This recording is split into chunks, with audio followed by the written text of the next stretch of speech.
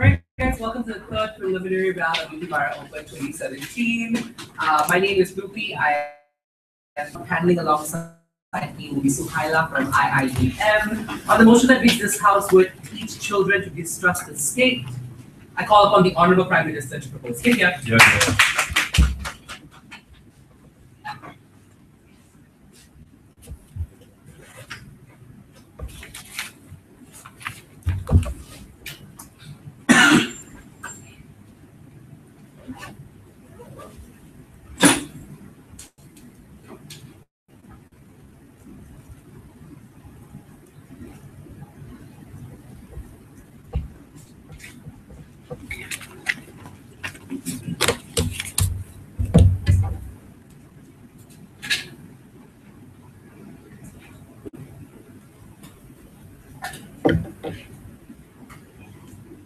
Ladies and gentlemen, we live in a world where people are complacent about the government, assuming that the government will always represent people by virtue of election and by like creating a reality where the power and find it so easy for people, for his government to manipulate and take advantage of people and cheat on these people just by virtue of them governing this particular people in like this particular scenario, right?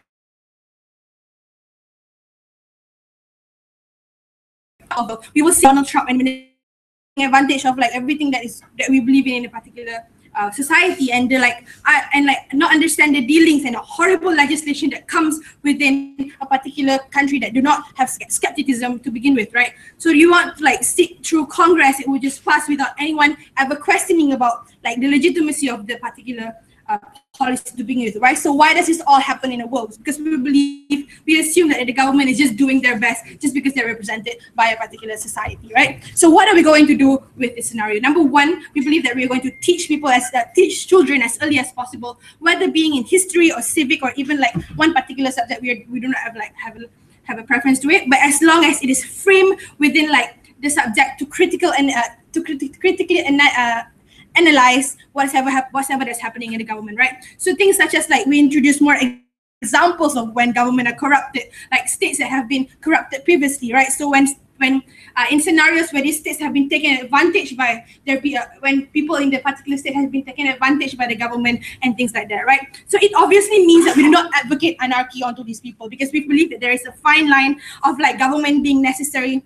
The government is a necessary structure to operate society, but also is concerned with like what people are representing in that particular society, right? And the government are, and we believe that in the end of the day, these children will be able to understand that government, those who handle the government are humans themselves, and they can also opt into corruption if they are given like absolute power to begin with, and do not have skepticism within the society in order to address issues in the particular scenario, right? So what do we want? Three things that we want in today's debate, right? We're going to prove to you, and we'll take this debate. Number one, the absence of our policy, the natural inclination of society is to be complicit or overly trusting of their government. So we believe that this will happen absent of our policy. And number two is our policy will create a healthy equilibrium between meaningful engagement with government and also as well as skepticism of those in power, right? And number three, we talk to you about how even if people are overly skeptical or even people are like too distrusting of the government, how is that still a preferable world in comparison to a world where people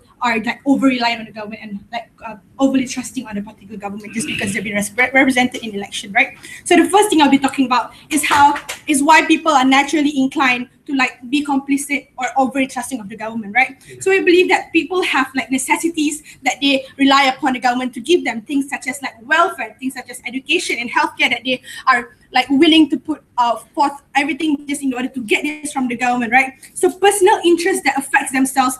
And so what does this mean? It means that it creates a link between survival and trusting of government. They believe that when they trust the government is when they get all these basic necessities that the government will provide, right? So most people are just inclined to believe that the world is fine as long as they have these basic things, but also when nothing affects them immediately. So what does this mean? This means that as long as they're getting these basic necessities, whatever that's happening within the government itself, which is corrupted, they will just like put a blind eye to it as long as they have these basic necessities to begin with, right?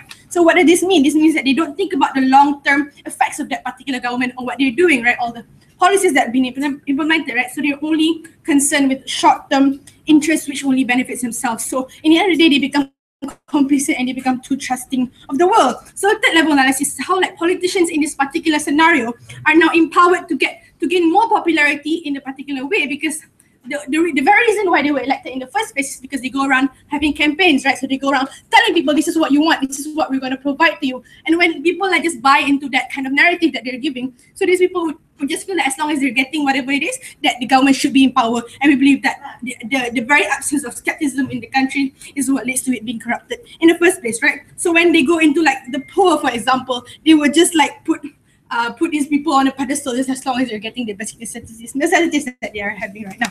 Before I move on, opening. You have closing any PR? Yeah, so isn't it your side's fault that politicians like Donald Trump were elected because people just distrusted existing members of government? Okay. That is a very reason why we want to have skepticism in the particular scenario, because if we have this, then people will already be questioning whether the candidate is like going to do whatever it is that they promised to do, instead of just having their basic necessities being met. Then they will just like keep a blind eye as to whatever it is that they do in the particular place, right? So the four level of analysis what I'm going to talk about is how a lot of this information we have, like people that get this information are just like to hold government accountable in our world, in a world that is in status quo, is somehow screwed, right? So what does this mean? It means that even the media that exists within our society is somehow like not showing us the correct like representation of us, of the government at hand, right? Things such as like big MNC medias like Fox News are only propagating news that are like supporting a particular government, right? So we believe that people do not even get the information to want to opt into perhaps knowing that their government is corrupted or their government is misusing the power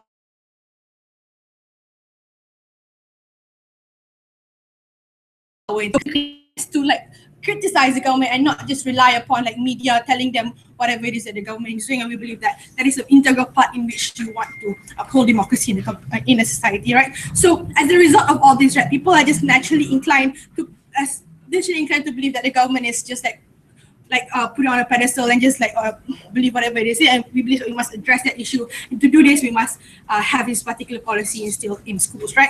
So done with that. So I'm going to talk about number two of if we teach this in particular schools, how does this change, right? So being that you teach this in schools which have like children and they're at the very age of like formative changes, right? So the outcomes of all of this is they will be very critical as to like analyze whatever that's happening in a particular society, right? So they will make sure that the person in power listens to whatever they say. They would know that like in a democratic structure, what it is to be done with their part, right? So they will be skeptical and like they can criticize the person in power to make sure that they do not abuse it, right? So which means that in the end of the day, they will not be taking advantage of politicians who promise the stars to like a particular society just because they do not meet basic necessities, right? So these people will now be skeptical, and like when government are trying to dissolve accountability in a particular state, they were able to point it out and know that this government is just like trying to get away from it, right? So we create an equilibrium of meaning in the society, and we create a skepticism as well. And even if they become too skeptic, we believe that this will just allow governments to be more accountable, and at the end of the day, it will allow a government to be a smooth sailing at the end of the day, right? So I will end with my speech was like, absolute power corrupts absolutely, and if you do not corruption, go with side opening. If you're hosting the Prime Minister and you chose the opening opposition, well, on the leader of the opposition. Yeah. Can everyone hear the bell? Yeah. If you're using your own tablet devices, just ensure that they are silent. Thank you.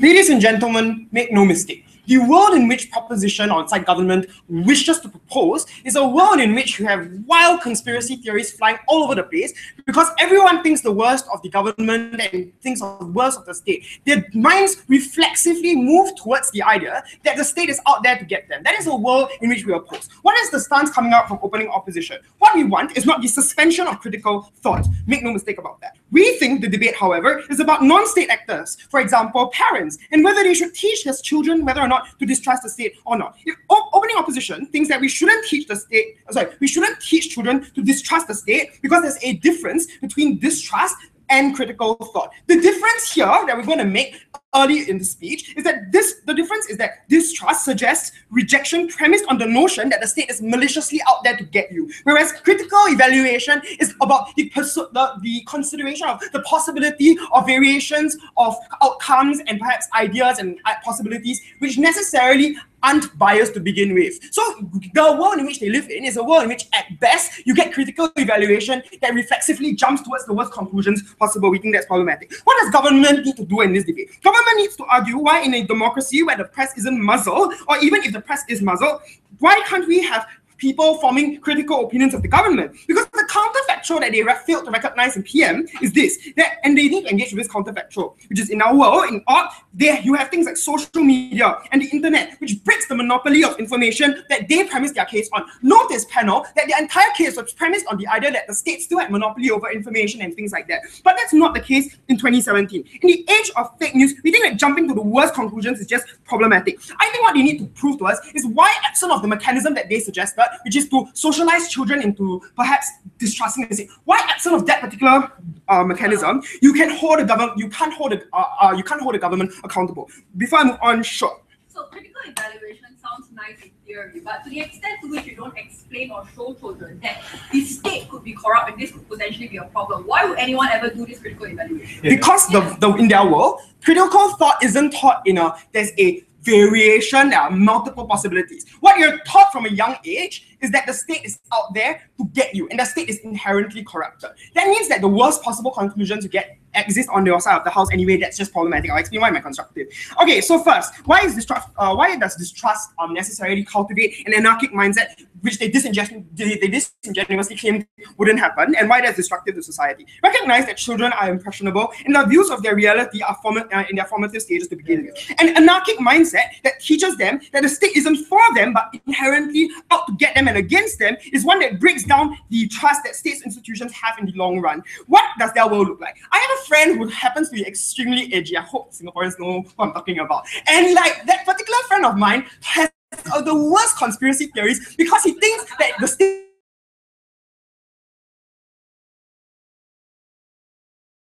is worth of distrust, and he has multiple identified identity. And he thinks that entire probability trusting the state they actually want to talk about, even if they had. So what is the problem? So what does government need to defend? Government needs to defend, government needs to defend the erosion of trust in state-run institutions like the police and the judiciary, because they are likely to be heavily distrusted because they are believed as tools of the state that are meant to oppress and to silence and to ensure some sort of complicity or some sort of compliance, right? That is the world in which you're never likely to seek the sort of restorative justice that people necessarily need to access, right? That is the reason why we think it's problematic. What is the problem in that world, right? You don't trust institutions, i.e. practices and principles to like elections, for example, because you think that any attempt by the state to reach out to you is meant to be a conspired attempt at appearing fair, even if there is some unfairness, right? Which we think that there's some degree of unfairness. Not entire, like, why is this more preferable? Because in our world, if you trust that the state will restore justice, don't be stacked against you. This means that you are less likely to view the entire state of affairs as something that is meant to disempower you. This is where like minorities will never be able to get help from state institutions because they think that state institutions are inherently biased and things like that. They learn helplessness. Like, I guess there's no point in trying, right? The point is that any form of social justice movement that you see right now, or idea that there is some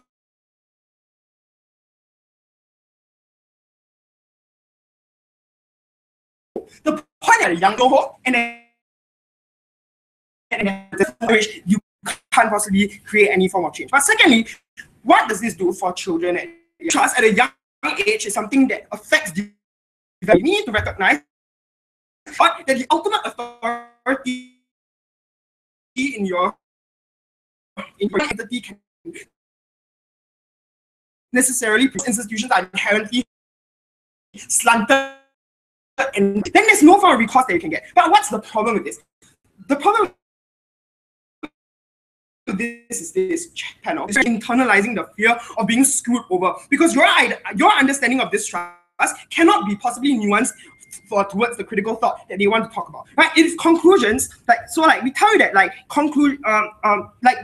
critical thought is supposed to be the evaluation of the possible spectrum of conclusions, but distrust means that you're likely to consider the worst possibly reflexively. This form of internalization means that they reflexively think the worst of their realities, and that's the reason why they are less likely to trust the people around them that are necessarily important for their developmental trajectory. For example, your friends, for example, the people around you, think that reflexively they are out there to get the worst of you. We think that that's the world in which is far less preferable for these children, because then they get a lot of problems, like for example the whole conspiracy, the whole people just go into their little shell and then they just don't interact with other people because they think that people are out there to get them. That is the world in which human relationships, we tell you, are likely to suffer. So it's not just about the state level and institutional level. You socialize kids to reflexively think the worst of their realities, and that's a world which is very far less preferable, because in order for us to want to desire change, we need to first be willing to be like, yes, we can conceptualize change and we want to move towards that change, rather than think that there's no hope at all. For all these reasons, we're very proud to oppose. Now, Lee, about position to conclude for opening government, I also advise Deputy Prime Minister. Thank you. Thank you.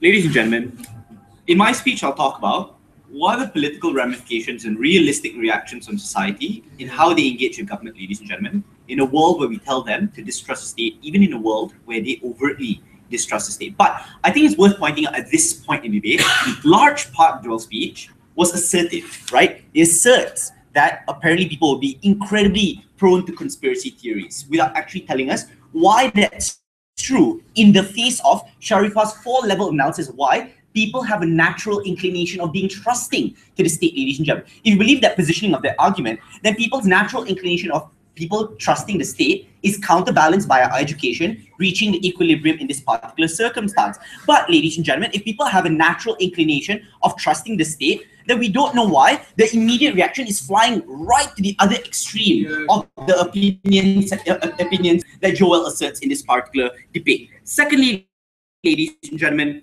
is skepticism of the state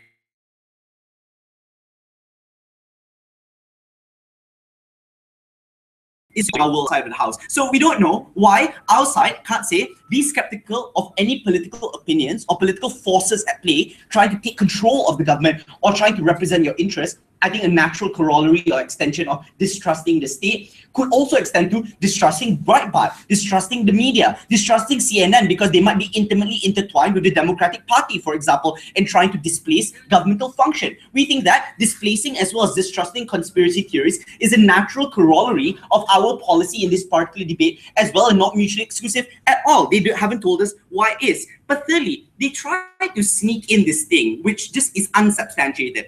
This teaching distrust of the state must mean thinking that the government is malicious and trying to hurt you at every instance. No, I don't trust Fred and Mukris because maybe they're lazy, maybe they're negligent, maybe because they don't fulfill their promises, maybe because when their political campaigns, politicians make promises they just can't fulfill, for example. Maybe even in some instances, people are malicious. Like, for example, the fact that we need to be extremely skeptical of the fact that the Republican Party tells you that when they're giving you the healthcare plan, for example, and tell you, we want to give you more choices, to delve deeper into the discussion, not trust the state and ask themselves whether it actually manifests into the benefits or does it actually take healthcare from millions of people in this particular circumstance. We think the vast majority of Republicans end up in a cycle of partisanship and political division where they trust the state so eminently on as Joel would like them to, and fundamentally don't hold these governments accountable at the end of the day. at the end of this particular clash, I think Shirmi's PR is also very important, which is if we teach this soft, I don't know what they are going to do on their side in order to co-opt any of our benefits. Notice no alternative how we get to a skeptical society rather than teach people critical thinking.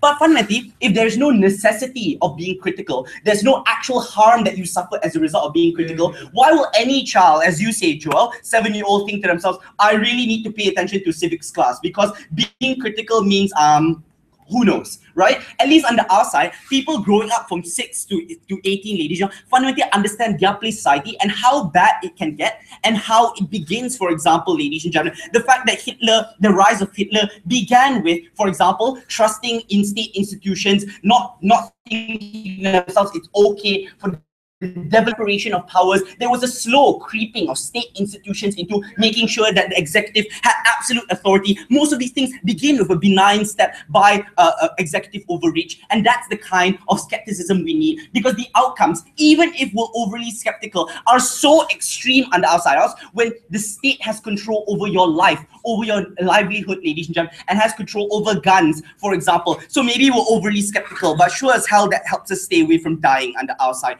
of the house. They haven't proven to us why the comparative is better under that side of the house. How do they get a healthy amount of skepticism, at least under their side of the house? Now, engaging our material, ladies and gentlemen, how do we ensure that we have that meaningful political engagement? I think firstly is to engage with Adil's POI when he told us that, don't you have Donald Trump and the vote and the absolute horrible reaction towards those people? I'm going to weaponize this. We think that in an instance where you don't actually have education of children and also society, to have a consistent dose of skepticism and uniform application to all political as well as governmental structures, you have the volcanic overt reaction towards political structures on the opposition bench. Why? Donald Trump was as a result and a volcanic reaction towards a long-standing tradition of us trusting state institutions, believing in the Republican Party and its trickle-down economics, thinking that actually no, they represent our interests and not lobby groups, for example. That's what made that volcanic reaction at the end so incredibly potent and irrational, ladies and gentlemen, because they believe that in fact all this while I trusted the state and fundamentally it failed me at the end of the day. We think that that reaction is significantly moderated and uniformly applied at the point at which people consistently apply that skepticism as opposed to apply partisanship, apply political rhetoric, apply political trusting to their political structures, ladies and gentlemen, and finally suspend disbelief under their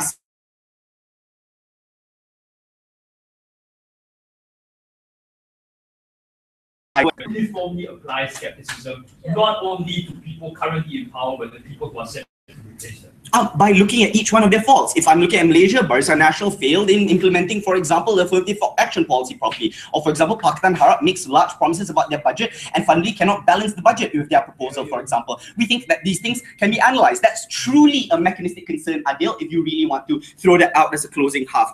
Good luck with that. But secondly, ladies and gentlemen, is that let's now engage with minority empowerment. We think that see, Joel threw out a bunch of debate terms, learned helplessness, apathy, without actual analysis at all. Because, ladies and gentlemen, a world where truly minority empowerment is disempowered is a world where minorities either A, trust the state, like for example, African Americans living in the South, like Louisiana and Mississippi, ladies and gentlemen, trusting the Republican Party when it says, for example, voter ID laws, because it's just for democracy, right? Without thinking about the fact that the Southern Poverty Law Center indicator research that said that this discriminated African Americans from being able to engage meaningfully with the voting process, ladies and gentlemen. We think that trust of governmental structures, especially with everything that Sharifah told you, that was the only political structure that you gain access to, that was traditionally how your family voted, that all the people in power, especially people in the media, mixed in with the Democratic Party and the Republican Party, for example, meant that you were fundamentally unable to be anything but extremely trusting under their side of us. The fact that your survival and welfare depended upon the state also created that subconscious link between you needing to trust the state, ladies and gentlemen. Or that maybe you need to be distrustful of the police that keeps shooting you and isn't held accountable. Maybe you need to, minorities need to be skeptical of a world where the state consistently oppresses you and take things into their own hands. Personal responsibility might actually be a good thing here, because learned helplessness is when I trust the state and think, oh, the state isn't working out. Maybe I should do it for myself, as opposed to thinking that it's my fault at the end of the day, ladies and gentlemen. That's why we think that a healthy dose of skepticism is important to prevent the kind of tyranny exists on the opposition bench. Thank you. Thank you. The House thanks the Deputy Prime Minister, and that will conclude opening exchange. The House invites that to lead the opposition. Yeah.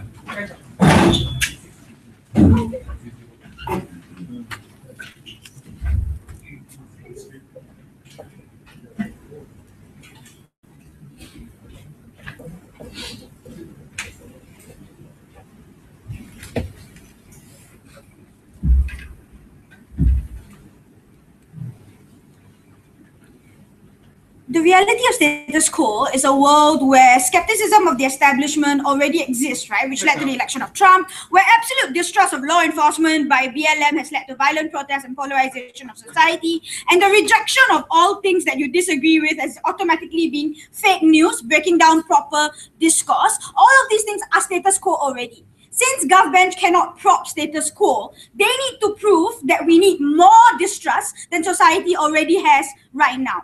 Two things. One, Gov burden therefore cannot be that we don't want to stand for blind faith, because obviously status quo doesn't have blind faith in 2017. But two, MIF concedes that distrust can be developed through personal experience and has been able to develop in status quo, but somehow claims and asserts that it was explosive and irrational without telling us how you change anything on that side simply because you teach them from a young age. We're going to do two things in this speech. One, what is teaching of critical evaluation on opposition and why it's different from teaching distrust and why it's better. Two, how would children develop and what's the kind of change that you want from how children develop because of this. Before that, sure. So Republicans blindly trust Donald Trump and the Republican Party. Republicans blindly trust police and say white lives matter. How do you change that? Because clearly for them the reality isn't skepticism. Look, people don't blindly buy into Donald Trump right now, right? The reason why they buy into Donald Trump is for the same reason they claim people buy into Donald Trump in MIF's speech, which he's now contradicting. He told us that people bought into Trump because it's been reached a point where we could no longer trust the establishment to always have our backs. The reason why people buy into some of the rhetoric from the opposition is because the other side has failed them already. We think their ability to critically evaluate what they're doing is very different from automatically distrusting every single thing that a person says. Which brings us to what is really the teaching of critical evaluation on opposition, right? Because their claim is that we want some healthy dose of skepticism from the people. Teaching people to distrust the state is not a healthy dose of skepticism. This is what a healthy dose of skepticism looks like. It looks like teaching children how governments are formed, how laws are created, why policies could be biased towards the privileged majority, how you as a woke minority can make a difference, identifying the pros and cons of every law and every policy put in front of you, how to weigh and evaluate these pros and cons in order to be able to understand whether or not this policy benefits you or not, understanding legalese terms and understanding the language for which policies and societies are created so that you can decide whether or not what the politician said in the campaign is really true and whether it really happens. That comes with critical evaluation of policies and not just an absolute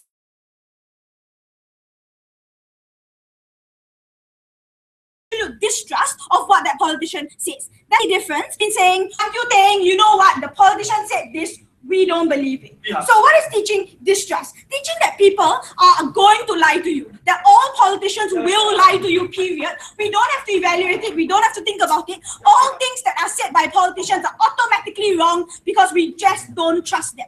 That kind of analysis or that kind of the teaching of state stances is problematic, right? Because that's one clear thing we have to understand. The state is not an isolated entity. It isn't this thing that exists in a vacuum where you can distrust that but trust everyone else in your community, right? Distrusting the state is distrusting the majority. It's distrusting the elite in your country. It's distrusting the authorities of your life. It's distrusting every single authority figure that you come across. That uniform hatred and uniform distrust of everything in your life means that you have no reason to actually critically evaluate the benefits that could come out of these people or critically evaluate the good things that these people have to offer. That's the kind of anarchic background we go to that they somehow just dismiss because it's never going to happen for no real analysis whatsoever. How would children develop on that side? They claim there's a natural inclination for trusting the state. Yes, it's not natural, Mr. Speaker, Madam Speaker. The natural inclination that exists now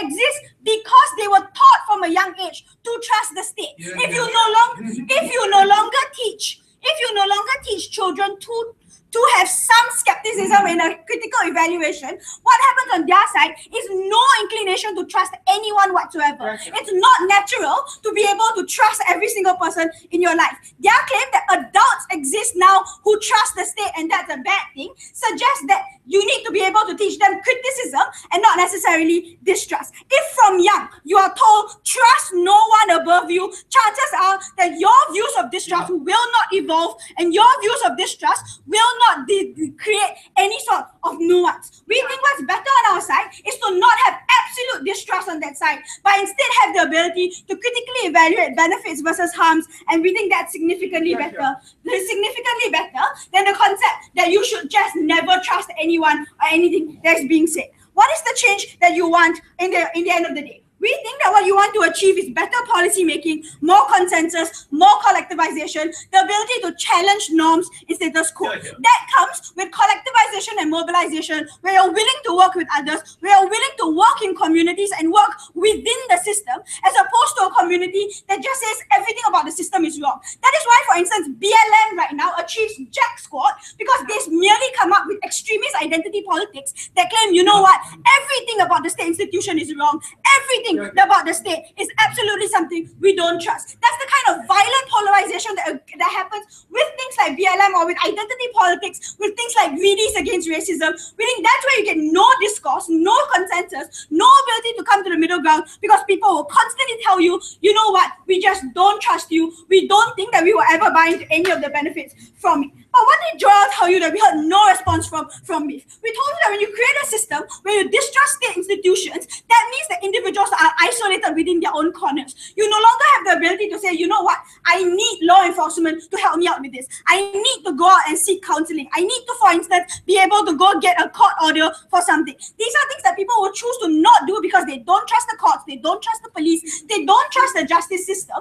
We think when you tell people, you know what, law enforcement is out to get you, that's when you no longer go out to seek the help that you get or seek the kind of benefits from these systems that could happen for you. What you need to be able to do is to reach out to parts of the system that are beneficial, to reach out to parts of the system that are useful to you in order to create the kind of change that you want. Side government's paradigm creates an unnuanced understanding of how government systems work because you are teaching them to 6-year-olds. If you are trying to teach adults how to be skeptical, it's okay because you can get some nuance and you can get some ability to understand balance. But when you teach 6-year-olds, they don't understand balance of some benefits versus some harms. They understand it as blanket distrust, and blanket distrust doesn't evolve from a 6-year-old when they become 60. We think that results in a society where people distrust everyone and results in a community that doesn't collectivize and doesn't mobilize. We oppose.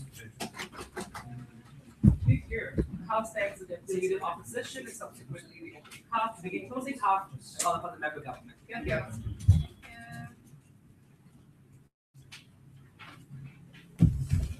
It was funny how tenuous Viha's speech was. First, she says that if you continually tell a 6-year-old to be destructive, they will become conspiracy theorists. In the same breath, we have successfully, in also her speech, educated 6-year-olds to trust the state, and there still exists some form of conflict, and there exists some form of like redress in terms of what the state does, right? You cannot have it both ways. So I think, right, the reason why OO is clearly out of this debate is because they're very, very extreme. So I think there's a difference between being hardline and being extreme, right? Like some guy wrote a book about it, and if a lot of people laugh, oftentimes it's extreme. Why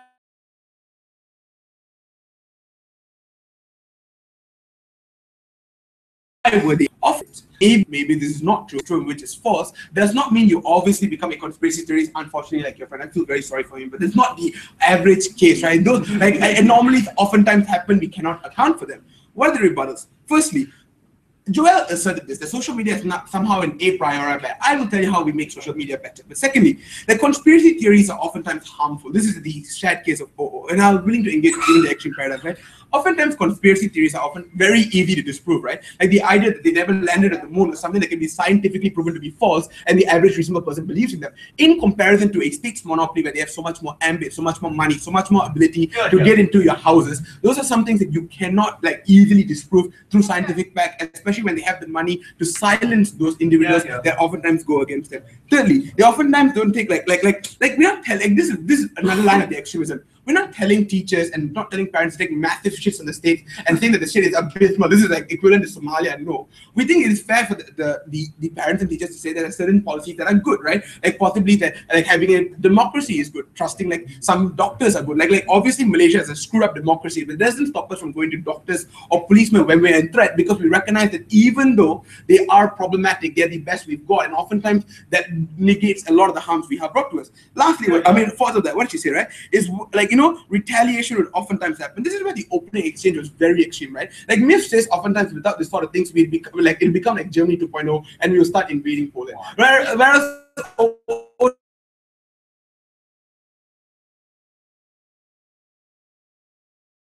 we don't think it's more likely to happen, right? Firstly, we will bite the bullet and like engage in O's paradigm, which MIF did not do, and tell you why the state is somehow problematic, right? 4 key pieces of analysis. Number 1, in most democracies, gerrymandering still exists and oftentimes continue to exist without check and balance. No one questions it. This happens in France and America. Secondly, oftentimes the people that own the state, and this is not something that OO claimed, right, are oftentimes religious bodies or more so corporations with huge amounts of money, right? That's why like stuff like the NRA still continues to function even though it's objectively bad, and the state is able to monopolize those things and continue to sell guns and continue to have never the average reasonable person still believes that like unregulated gun access is somehow a good thing, right? It's because they believe that the state sells them the idea that this is American and you need to believe these things, right?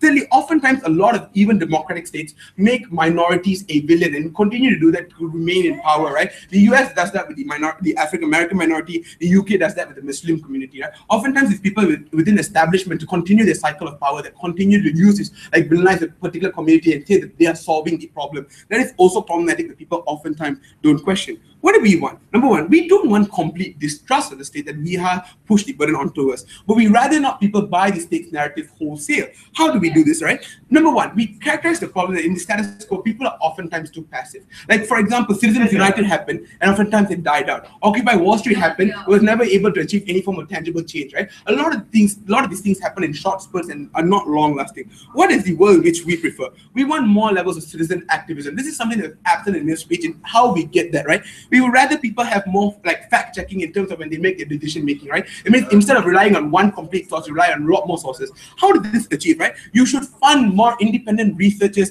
into the area of your concern. Does global warming exist? Well, the best way to find out is have more parties involved if global warming exists. How does that happen? Maybe you should fund them. Maybe you should start funding The Guardian. You should start funding Vox and Economist, which are also media bodies that oftentimes like do not receive funding because people think the state's narrative is sufficient. Like oftentimes why the vast majority of Americans don't subscribe and don't fund like alternative media sources is because Fox News is free in every TV and people think that is sufficient in terms of getting the news. We would rather them doubt Fox News and now start funding the opposition to Fox News, and then like when they have a that is how we get the equilibrium. Thirdly, we would also rather them donate to these media corporations that have these sort of things. And lastly, we would also rather them fund non-establishment candidates. We're perfectly fine with that. And that is less likely to happen in your world. And that's why oftentimes candidates like Bernie Sanders fails, right? How do we achieve this world, right? See, in an age of misinformation, where oftentimes people like buy state's narrative wholesale because they're like the average person since a young age, especially if it's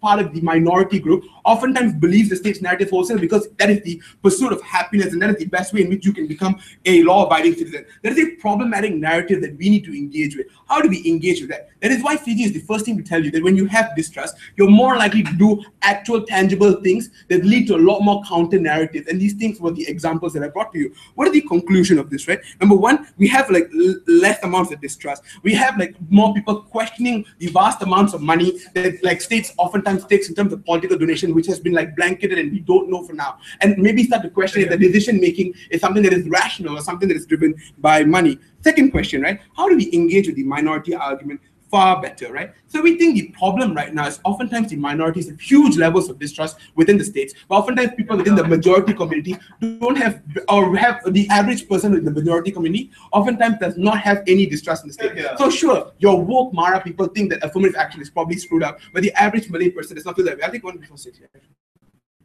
So you teach uniform distrust to everyone so that some sections have less distrust. So like, I don't think that's problematic, right? As long as you, like, so once you're down the bandwagon of distrusting some things, you're bound to distrust other things, right? The tangible harms we bring onto these things is that you start doing things that oftentimes verify your claims and verify what is true and what is false. That is the preferable world we live in. Because you don't have to buy a narrative wholesale. You have to do something to verify if the narrative that you receive is true or false. But now, when individuals within the majority group start also distrusting the government, that is what bridges the gap between majorities and minorities, right? Because like oftentimes the average white person does not believe in police brutality or does not believe that there is systematic like discrimination of the minority group, because he does not understand that the state sometimes acts in maleficent incentive structures, which I told you in my first argument, right? If the people in the majority group are more likely to believe that these are true things, so the state does not always act in like incentive structures that are benevolent, that is when the majority group is more likely to believe like black violence is the actual thing, and like BLM needs to be supported, right? So the balance of probably, at the very least, we win the minority argument, proving to you how we bridge the gap between majority and minority, and also we mechanize the argument and told you tangible outcomes in which we prefer people to act within to ensure that they have like a reasonable decision-making process. Thank you. House thanks member of government to open for closing opposition. The House invites member of opposition. Thank you.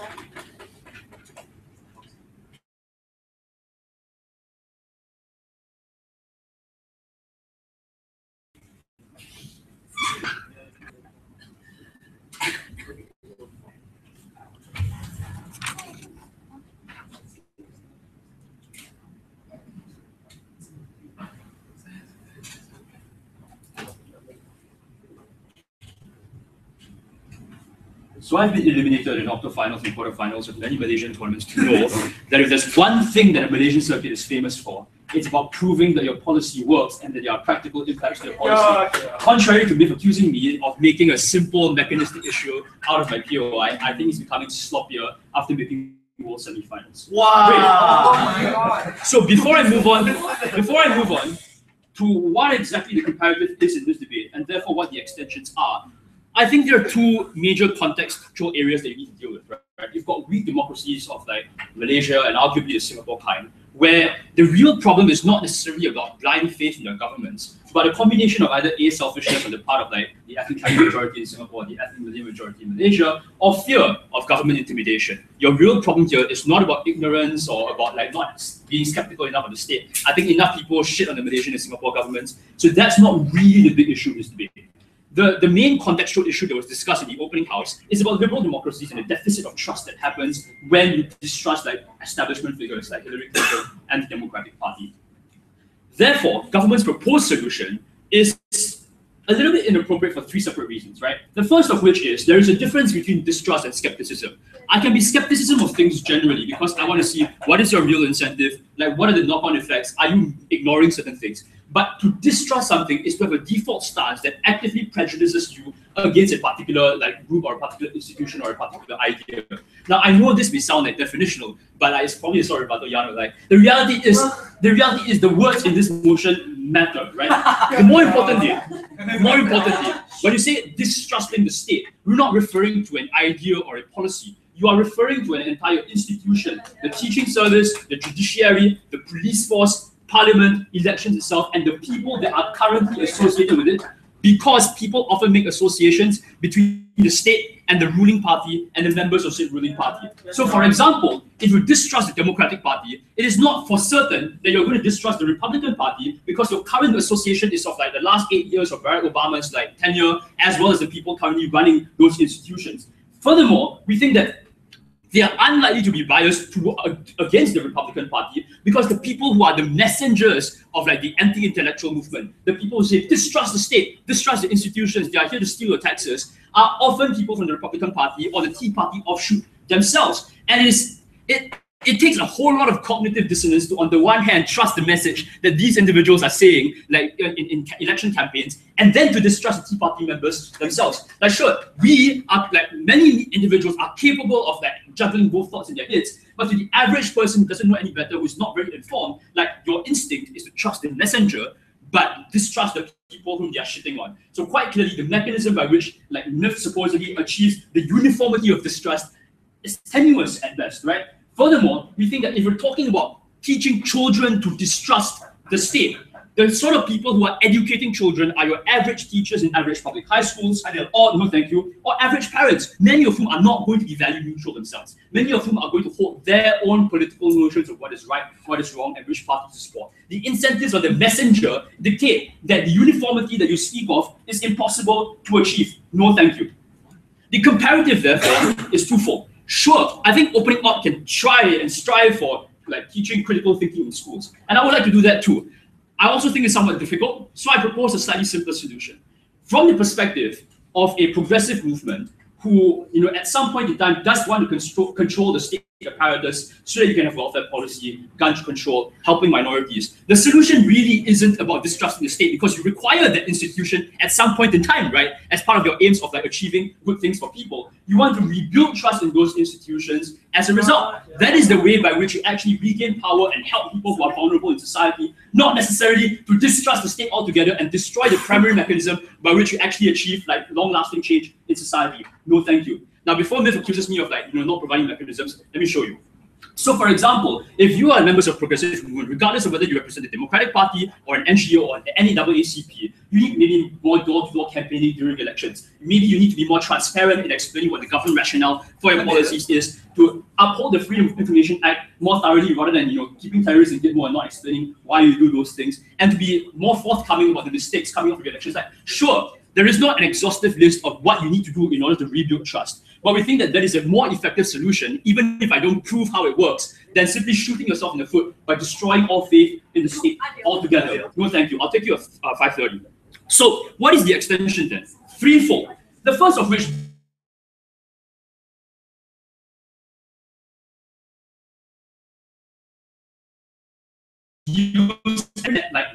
like actually with CGs about raising income and having change, right? Yes, activism. You have to be reasonably confident that police that without you holding guns personally, like police are not going to prey on minorities or simply fail to uphold their duty to protect you in the event of a crime. Like if you want welfare policies, you have to be confident that governments will not spend tax money like frivolously and instead use it efficiently to help like minorities. So clearly, like even in your scenario and based on what you want to achieve, you need that trust in the state because otherwise your policies are not going to work. I will take opening. So rebuilding trust in government is moot, considering that I gave you so many incentive structures to why you rely on the state and associate trust with the state. But how do you achieve the converse burden, which is to distrust political structures that can abuse you till death, actually? Right, so I've already told you that in many democracies, the real reason is not because the real reason why government persists is not because you distrust the state, but because the state has other means of coercion. If you want to talk about liberal democracies like America, sure. I don't think the problem is with this people putting blind faith in the state per se. I think the problem is with people putting blind faith in the messengers who distrust the state. And the problem with that is that neither of us may have the best solution to deal with that problem, but you make it worse at the point in time in which you destroy all faith in the state and what the state has stood for before Tea Party or before protest candidates throughout all of Europe started becoming elected. And moving back to extension, the second problem is that once you destroy all faith in the state, often as sort of pace, right? There's an anti-intellectual culture resulting in you tending to vote for messages of distrust the state. I'm saying I'm going to reform the system that I'm going to reduce the power of the state. Often these people are candidates for far-right parties as well as in America, either aim after themselves direct against the public's interest with regard to immigration, with regard to things that protect the fundamental liberties. Obviously, there is something that is within it. And the most important point is once people are in power, I don't think they do any mechanism to get rid of these individuals because now faith paradoxically invested in individuals not power. So therefore, in the worst case scenario, even if we already have policy, and how do we do? They make it far worse on their side because they are not shooting themselves and destroying slowly mechanisms by progressive, normal laws and install themselves power in power. Here.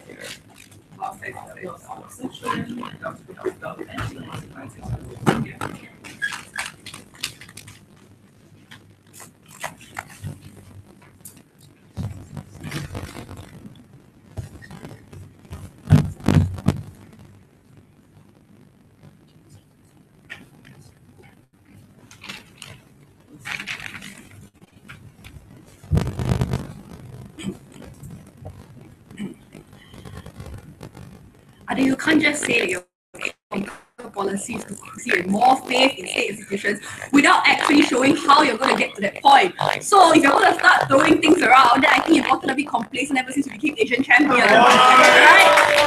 Okay, so now let's deal with what this debate is really about. Let's deal with the context that came out in Viha. She told us skepticism already exists, therefore your prop burden is to promote conspiracy theories. No. If you look at the history of culture, the way that it works is oftentimes when things blow up and the actual problems actually occur, there are periods of skepticism and reactions. However, the problem that Mithun pointed out to you is that oftentimes these reactions are very short-lived and they fade very quickly. So Roosevelt, for example, or Bush systematically lied to the American people in order to create wars and like channel funds towards like wars that didn't need to be fought in other places. There was huge outcry about this, but that later died when like things moved on and things changed, for example, because people don't naturally have that sense of skepticism to actively continue to question what the government is doing. So in the wake of like Citizens United, for example, there was Occupy Wall Street protests, but those also died out very quickly because these are things that oftentimes people are not willing to continue fighting for.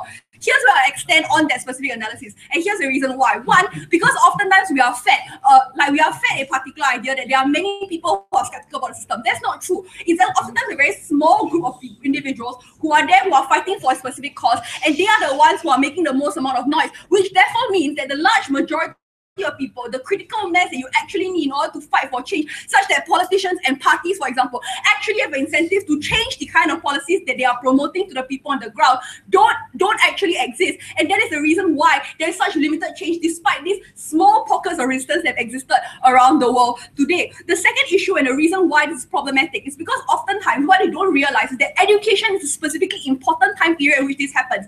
Because at a particular age, once you've like become older, for example, once you've started a family, for instance, you are not able, even if you learn this critical evaluation at the adult age, like Viha wants to tell you, you don't have the ability or the resources to be able to fight in those fights anymore because you need to take care of your family first and foremost, for example.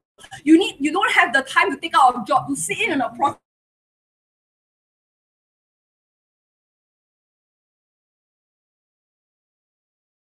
movement, ability, the liberal mindset, the time and the space to be able to lead these protests and to be the ones who are fighting that good fight. And that's the reason why we think it's specifically important that we teach people from a young age that this is the kind of distrust that they ought to have. Let's talk about this idea of like the state actually becoming seen to be something one that's out to get you. We think that's fine as well. And the reason why is this, because states always have an incentive to try and hold on to power as much as possible. We see this in every single democracy that exists today, right? That in general, the reason why politicians run for power is oftentimes in the majority of circumstances not a result of altruism, but rather as a result of them believing that they want to hold on to that specific power. And even if they were altruistic, they oftentimes believe that they are the messengers that are best able to create policies that help the society as a whole. That means that there is an inherent like incentive for these politicians to pass policies that enable them to stay in the halos of power in order to continue to propagate those policies that they believe are beneficial towards people. That's the reason why the skepticism that we're talking about is something that it needs to be continual and and something that needs to continually question what the governments do to perpetuity, because the trust in the state institutions that you are talking about oftentimes can never be something that we allow passivity to take over on the part of these individuals. That's why Adil's argument that there's going to be more transparency if the government doesn't work, because the way towards getting that transparency in the first place is by ensuring that your citizens are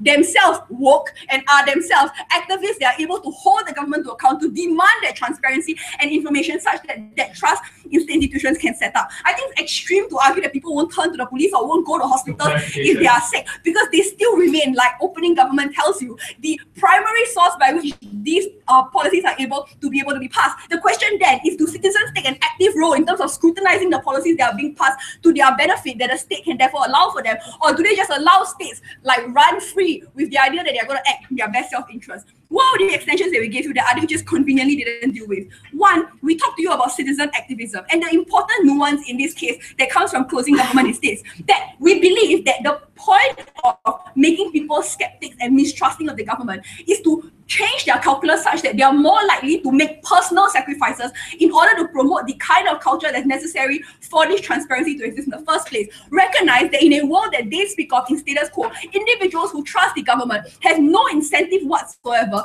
to give up on like money or time to do the active step of questioning the government, spreading messages about why or like holding the government to account. Because this involves things like, for example, donating to publications like The Guardian in a world in which journalism is dying every day because no one's willing to like pay for that paywall to actually pay for that government. No, thank you. The second thing that and other things that have to do with student activism as well. Recognize the target group that we're talking about right now. And I think that's important. The individuals who are not currently directly affected by the state's like injustices are the ones who are most important to reach out to. Before that, closing. So it's obvious that each bench is dealing with a separate problem, and both problems exist in society. The question is, which is the more likely to What? I don't know what problem you're conspiracy theories and they told you it doesn't exist. Okay, no. Okay, so here's what we told you. What we told you is important in this case. Recognize that there's oftentimes a big empathetic gap between the way that different like groups of individuals on the ground view the problem of skepticism and view the problem of the state. So it might be true that the Black Lives Matter movement is incredibly skeptical of what the state believes in, but the vast majority of white individuals don't just not care about them just because of selfishness, but also because they recognize that these minorities, or they don't see the world the way that the minorities do, because they've never been given a reason to distrust the state in a manner in which these minorities are forced to do so. So the reason why we teach them distrust is because we tell them, or we at least change their calculus by telling them that they too are affected by state policies, that they are being cheated of something that they should justifiably have as their dues as well, via things like, for example, the corporate capture of politics, which is not a directly visible problem. Minorities will always be mistrustful of the state because it's a lived reality for them as to what exactly it's like to be someone that the state constantly fights back against. But the majority who support you desperately need, oftentimes don't see the need to be supportive of such movements. And that's precisely the empathetic gap that you want to bridge in our instance. And the way in which we do that is via making them mistrustful of the state, so that they have a reason to make those personal sacrifices, to stand behind any kind of movement that fights for either more equality, both for themselves, but also but because they are fighting for more checks and balances for themselves. Oftentimes those benefits also move towards the minorities, who are then able to benefit from the fact that the majority themselves also don't see them as simply making noise as a result of nothing, but rather see them as having a legitimate cause that everyone can get behind. For these reasons, we propose. Great, thanks, Government, and to conclude the entire debate,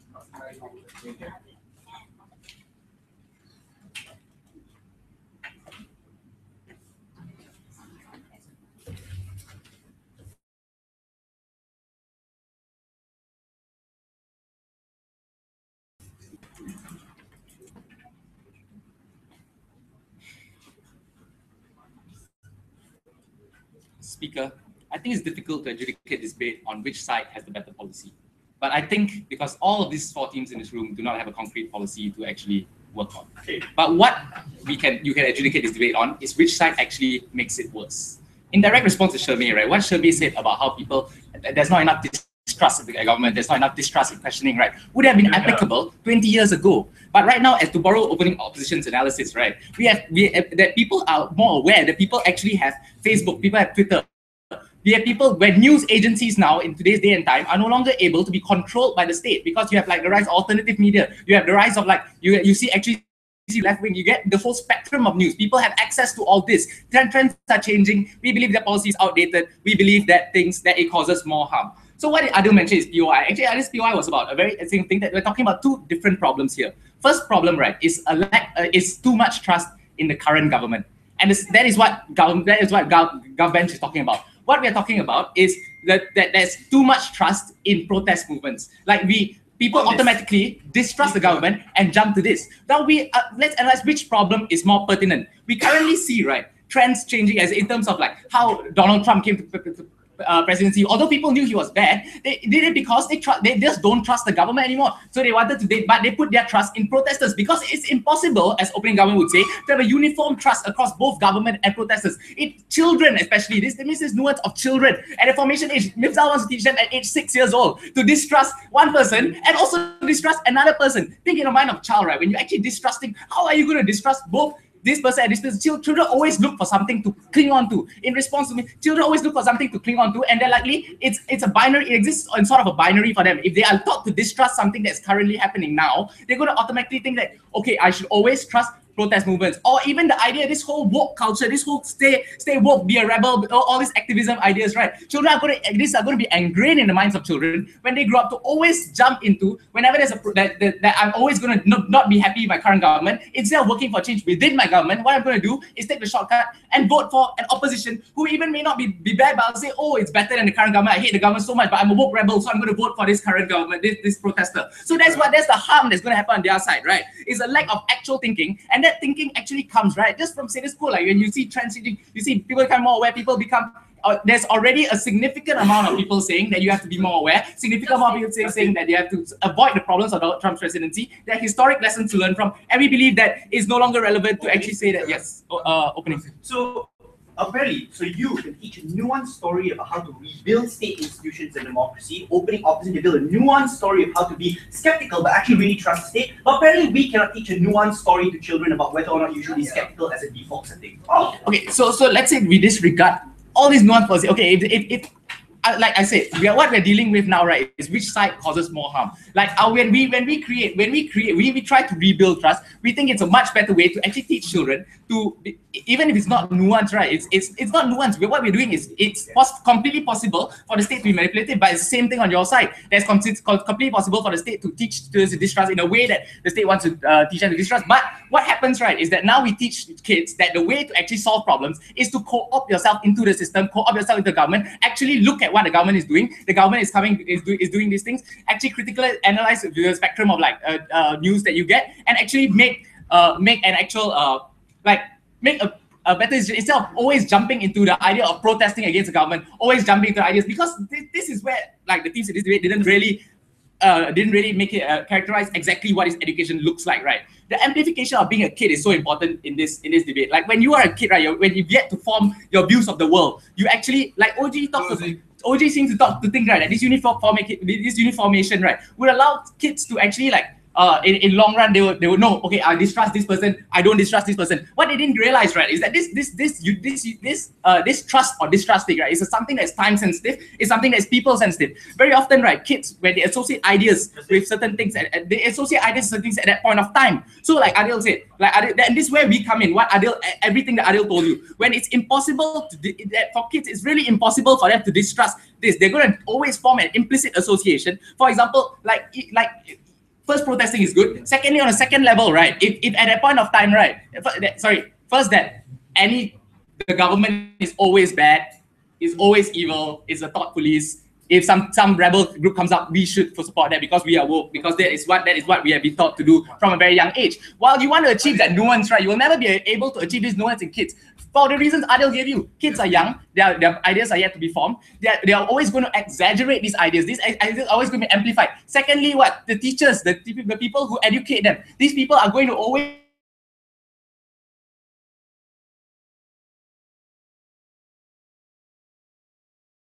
like thinking this. So, can you please tell us that if you're talking about people always trusting protest groups, why can't we take the very simple argument that you should distrust anybody that aims to be government or have political power over you? That will create a uniform distrust of political movements. Because it's very simple, right? Like Adil told you, it's just not possible with kids. Because children are young, children are impressionable, children form their own implicit. And this is so much amplified when you do with kids. Secondly, because of teachers, the teachers are always going to amplify what they do. Because you may say that it's not, this is essentially important, because this goes to this debate. If you don't have a proper mechanism in which you can actually get this uniform, this uniform thing of trust you talk about, right, and how you're going to get this to these very young and impressionable kids, right? There's no way the government can win this debate, right? Like, I mean, because that is the most important part of this debate. Like children being very it's completely different between telling them what to think and how to think, right? Like when, at a time when they always and children associate authority like a distrusting state. They always this is what Adil told you, and always distrust authority, right? When they distrust state, they always trust the vehicles of the state as well, like police, people who tell them what's stopping a child, right, who is being told that you should distrust the state, right? How can you then send a counter message like, oh, so you shouldn't do drugs, you shouldn't do alcohol because it's not good for you? What's going to stop this?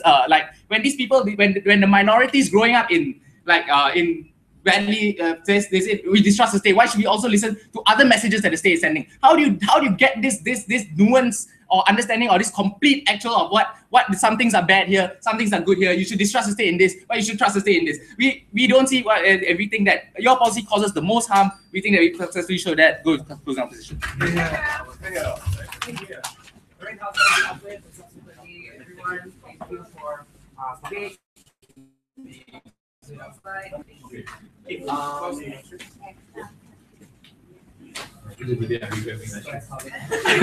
I also regret being lunch. Regret. Thank you.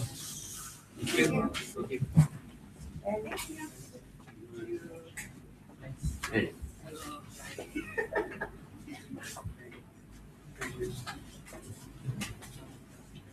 Did you guys talk about this?